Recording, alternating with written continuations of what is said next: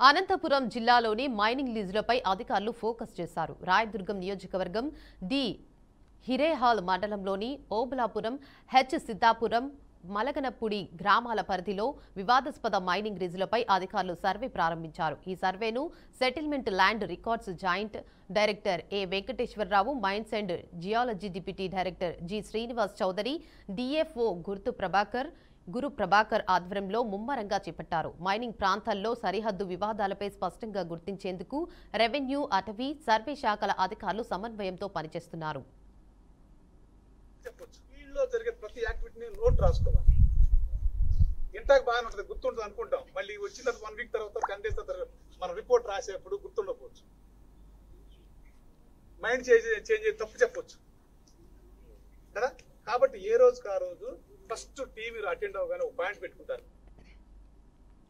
ఇక 2009 నుంచి ఓబులాపురం మైనింగ్ ప్రాంతాల్లో ఆంధ్ర కర్ణాటక సరిహద్దు వివాదం కొనసాగుతోందని Vijayawada mines and geology deputy director G Srinivas Chowdary తెలిపారు. 2010లో కొందరు సుప్రీంకోర్టును ఆశ్రయించారని, ఇరు రాష్ట్రాల మైనింగ్ యజమానులు సరిహద్దులను అనుచితంగా మార్చి తవ్వకాలు చేపట్టారనే ఆరోపణలు ఉన్నాయని అన్నారు. గతంలో బెంగళూరులో జరిగిన సమావేశంలో ఇరు రాష్ట్రాల అధికారులు ఈ వివాదాన్ని పరిష్కరించేందుకు ప్రయత్నించినప్పటికీ ఇంకా సమస్య పూర్తిగా తీరలేదన్నారు.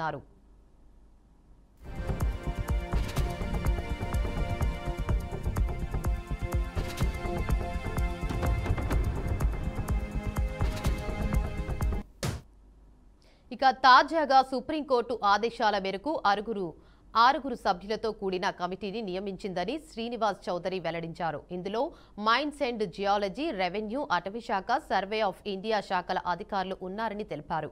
ఈ బృందాలు కలిసి వివాదాస్పద సరిహద్దులను గుర్తించి తుది నివేదిక సిద్ధం చేస్తున్నాయని చెప్పారు. సుప్రీంకోర్టు మాజీ న్యాయమూర్తి జస్టిస్ సుధాన్స్ దులియా వచ్చే వారంలో గనుల ప్రాంతాన్ని స్వయంగా సందర్శించి పరిశీలన చేపడతారని తెలిపారు.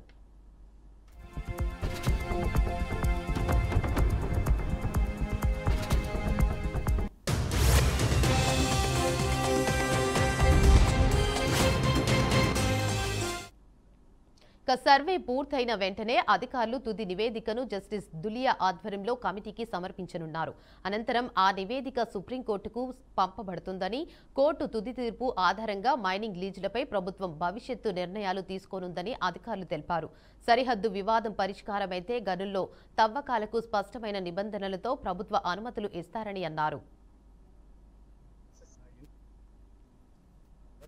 మిగతాది చేయాలనుకున్నది ఈ ఇంటర్స్టేట్ బౌండరీని ఫైనలైజ్ చేయడానికి సుప్రీంకోర్టు సర్వేయర్ జనరల్ ఆఫ్ ఇండియాకి వారు నోడల్ ఏజెన్సీ, వారి ద్వారా ఫైనలైజేషన్ జరిగింది. దానికి 2022లో 2 రాష్ట్రాలు ఒప్పుకున్నాయి.